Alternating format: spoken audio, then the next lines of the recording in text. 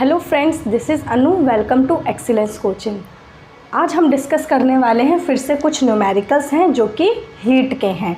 ठीक है, previous year में आए हुए क्वेश्चन है, बहुत ही इजी क्वेश्चंस हैं। ठीक है, तो देखते हैं इन क्वेश्चंस को। पहला क्वेश्चन क्या है आपका, the temperature in Fahrenheit. Hindi medium के लिए लिखने की ज़रूरत तो है नहीं, हिंदी में भी फ़ारेनहाइट है। The temperature in Fahrenheit scale corresponds to 253 kelvin. यानी आपको 253 केल्विन को किस में चेंज करना है, फ़ारेनहाइट स्केल में। आपको इसका मैंने करवाया था क्या रिलेशन करवाया था मैंने इसका, F-32 divided by 180 equals to C-0 divided by 100 equals to K-273 divided by 100। अच्छा, इस इक्वेशन को और कैसे लिख सकते हैं हम, 0 से 0 कैंसिल, और इसे कर सकते हैं 2 9 जा 18, 2 5 जा एंड 2 5 जा, यानी कि F-32 divided by 9 equals to C-0 by 5 equals to K-273 divided by 5। ये रिलेशन था, इसको याद कर लेंगे क्योंकि टेम्परेचर पे क्वेश्चन जो इसके स्केल पे क्वेश्चन है आ ही जाता है, ऑलमोस्ट आते हैं क्वेश्चन इस पे।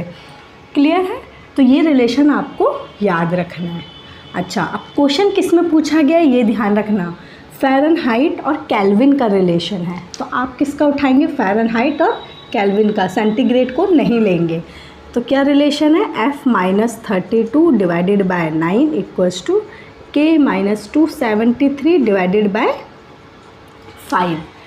नाउ आपको किस में चेंज करना है, फ़ारेनहाइट में, यानी F की वैल्यू आपको कैलकुलेट करनी है। F-32 divided by 9 equals to K की वैल्यू आपको कितनी गिवन है, 253 गिवन है आपको K की value, and that is 273 divided by 5। इसको करेंगे F-32 divided by 9 equals to, इसको जब माइनस करेंगे तो आपका आ जाएगा -20 divided by 5 with negative sign. Clear है, इसको कैंसिल आउट कर देंगे, ये हो जाएगा -4। अब यहाँ पे F-32 divided by 9 equals to, ये हो जाएगा -4, ये हो गया -4। इसको इधर क्रॉस मल्टीप्लाई करेंगे तो ये क्या हो जाएगा आपका -36। ये -32 इधर जाके क्या हो जाएगा, +32। तो आंसर कितना आ गया आपका, -4 डिग्री। क्लियर है, आप सेंटीग्रेड मत लगा देना क्योंकि ये फ़ारेनहाइट में है। ठीक है, तो -4 डिग्री F की वैल्यू आ गई। 2011 में आया हुआ क्वेश्चन है ये। ठीक है, बहुत ईजी है, अगर आपको फॉर्मूला पता है तो क्वेश्चन सॉल्व हो जाएगा आपका।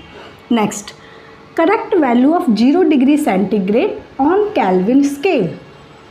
आपको मैंने एक टेबल बनवाई थी, उसमें करवाया था ना, 0 डिग्री सेंटीग्रेड केल्विन स्केल में कितनी वैल्यू हो जाएगी उसकी exact value, 273.15 kelvin.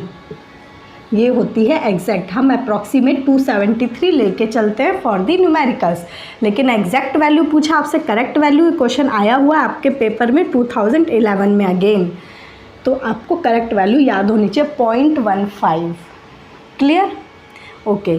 2 bodies in thermal equilibrium, ये क्वेश्चन भी आया हुआ 2011 में आपका।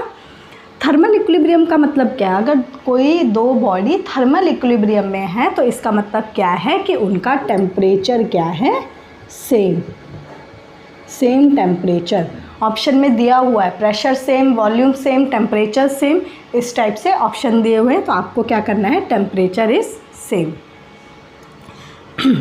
When metal rod heated it expends because, आपने एक्सपेंशन किया था थर्मल एक्सपेंशन, और थर्मल एक्सपेंशन भी बहुत इंपॉर्टेंट है, उसमें जो लीनियर, वॉल्यूम और एरियल जो एक्सपेंशन है उनके फॉर्मूले वो ज़रूर याद होने चाहिए, क्वेश्चन हर बार पूछा गया है उन पे भी।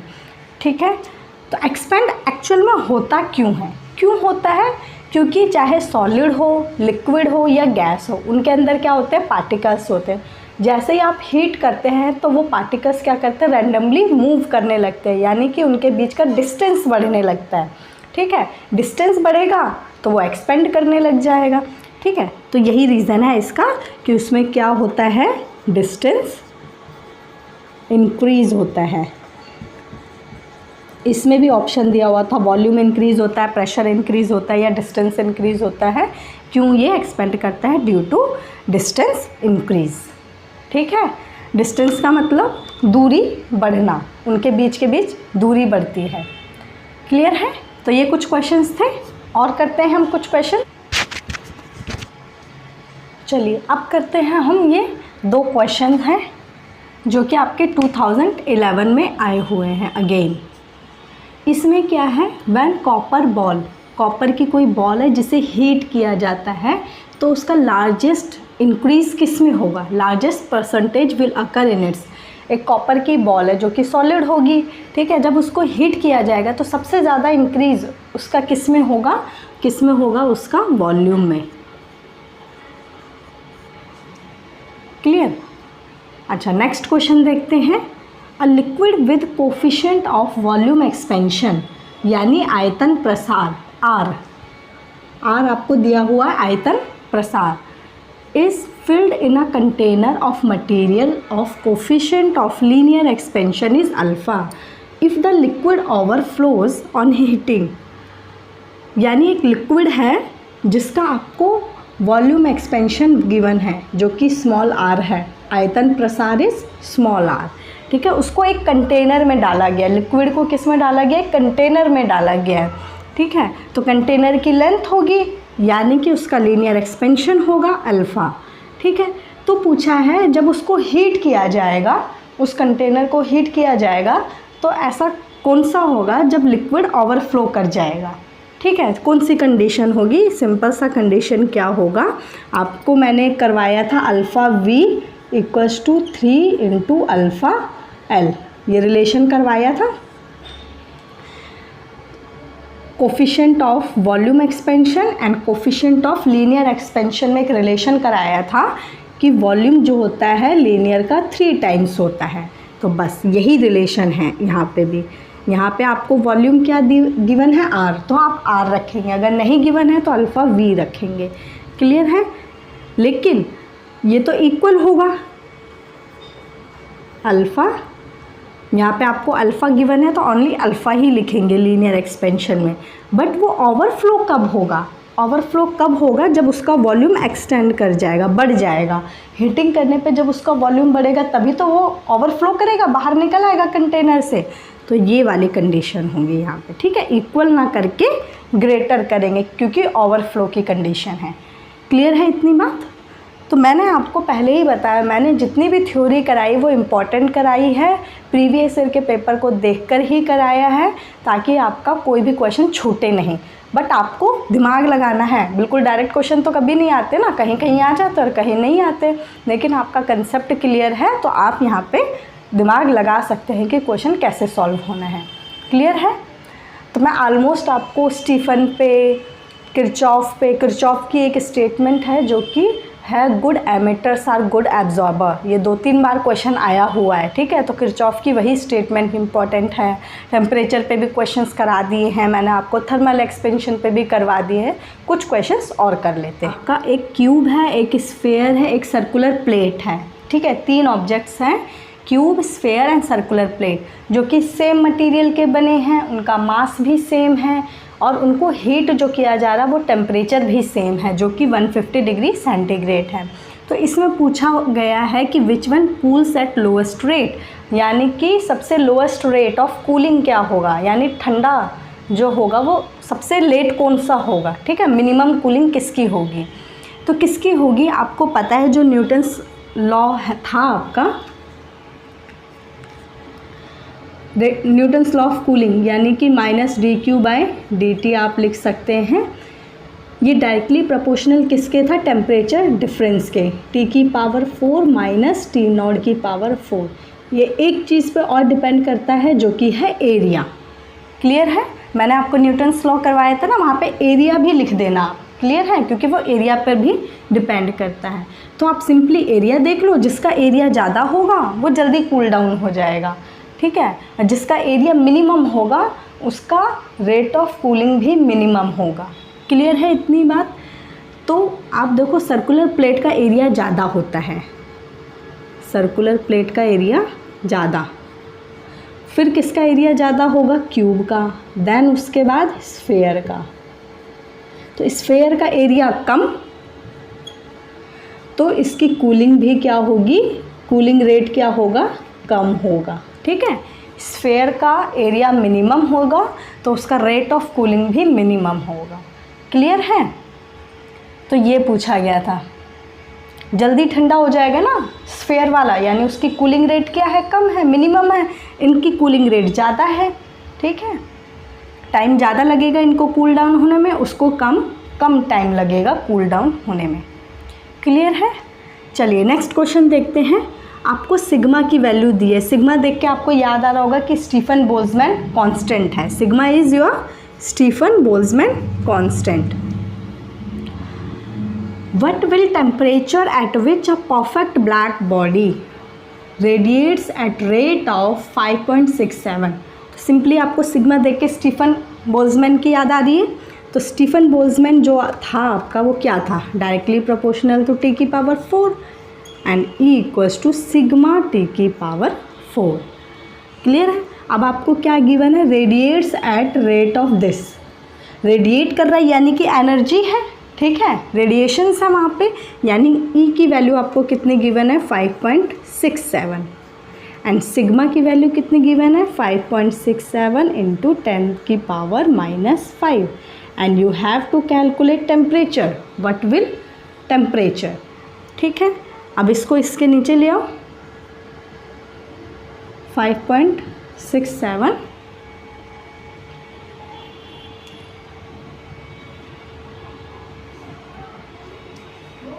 अच्छा 5.67 ये क्या है आपका, वाट पर सेंटीमीटर स्क्वायर में है, और आपको पता है जो 1 वाट होता है वो होता है 10 की पावर 7 अर्ग्स में, ठीक है, क्योंकि ये अर्ग में है यूनिट, तो आपको भी इसको चेंज करना पड़ेगा वाट को अर्ग में। तो 1 वाट कितना होता है, 10 की पावर 7 अर्ग्स।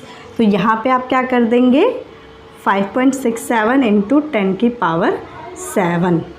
क्लियर है। तो ये हो गया आपका 5.67 into 10 the power 7 divided by, ये वाला इसके नीचे आ जाएगा 5.67 into 10 to the power -5 equals to T की पावर 4। 5.67 से कैंसिल हो जाएगा, ये माइनस का 5 है, ऊपर जाके क्या हो जाएगा प्लस, तो 7 + 5 क्या हो जाएगा 12 टी की पावर 4। इस 12 को हम कैसे लिख सकते हैं, हमें पावर को सेम कर देंगे, सेम पावर में करेंगे, 4 है तो यहाँ पे भी पावर 4 में आनी चाहिए। तो 12 को आप कैसे लिख सकते हैं, इस तरह से लिख सकते हैं, ठीक है। तो ये सेम हो गया पावर, यानी टी की वैल्यू कितनी आ गई, 10 की पावर 3, यानी कि 1000 डिग्री केल्विन। केल्विन क्यों लिखा, क्योंकि आपकी यूनिट में केल्विन था। क्लियर है। सेंटीग्रेड नहीं लिखेंगे, ऑप्शन में आपको गिवन है सेंटीग्रेड भी, लेकिन आपको यूनिट को देख के आंसर को ध्यान से यूनिट में लिखना है। क्लियर है, वरना आप पूरा सॉल्व करेंगे यूनिट की वजह से ऑप्शन गलत हो जाएगा। तो यूनिट को ध्यान रखना है आपको।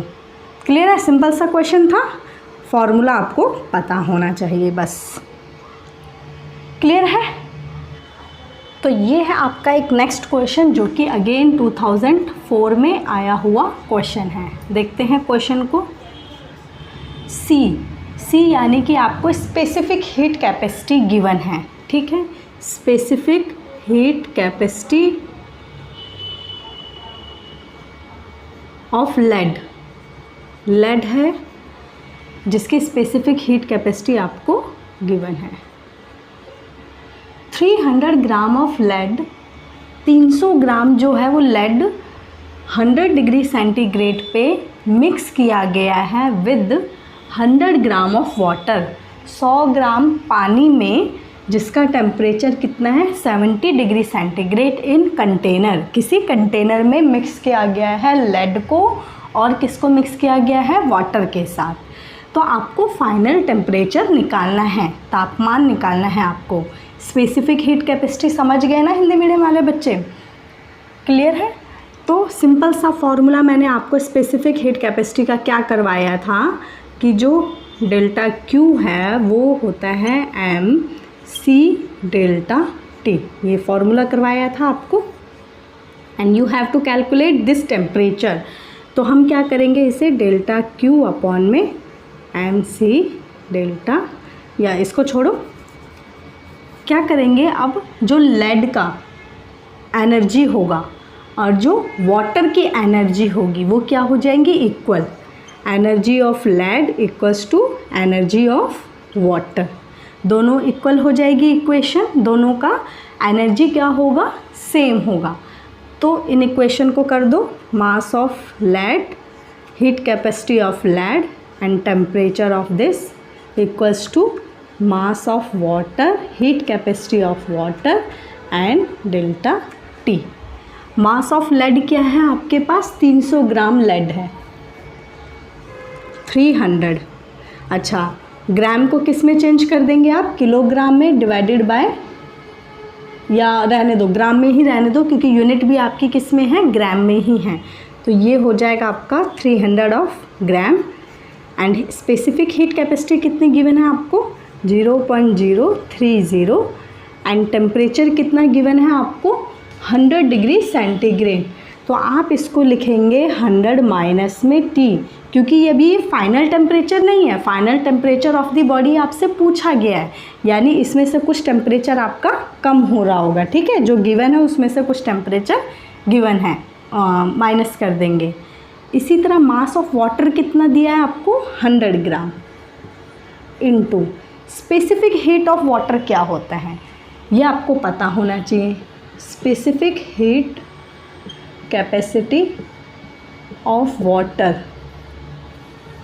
ये होता है आपका 1 ग्राम पर डिग्री सेंटीग्रेड, ठीक है। तो आप यहाँ पे CW की वैल्यू आपको पता होनी चाहिए, 1 है, क्वेश्चन में आपको गिवन नहीं है तो आपको पता होना चाहिए। एंड अगेन टेम्परेचर कितना गिवन है, 70, यहाँ पे लिखेंगे T-70, क्लियर। यहाँ पे 100 - T और यहाँ पे T-70।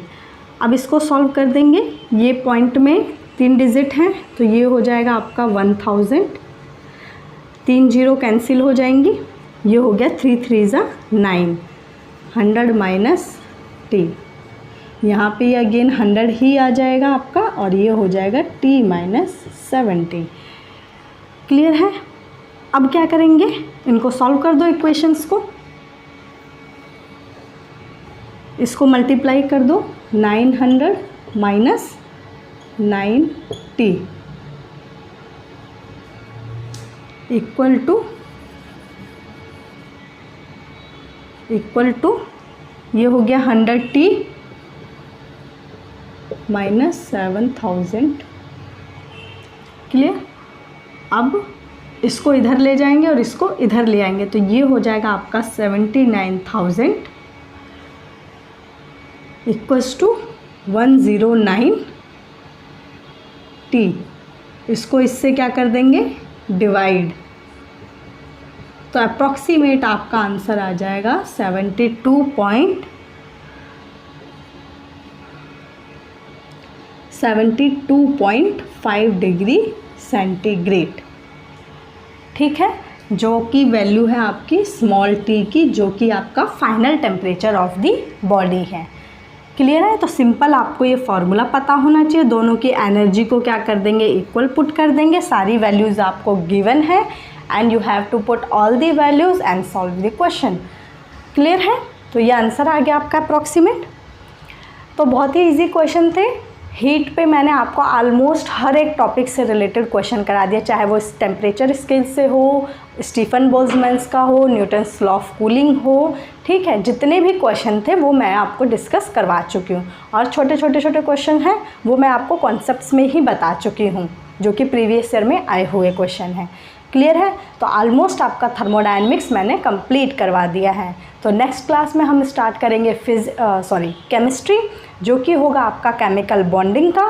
ठीक है, अगस्त में हमारी स्ट्रेटेजी यही रहेगी कि हम फुल केमिस्ट्री को डिस्कस करेंगे, जिसमें आपका इनऑर्गेनिक, ऑर्गेनिक कंप्लीट, ठीक है, चैप्टर सॉल्व करेंगे।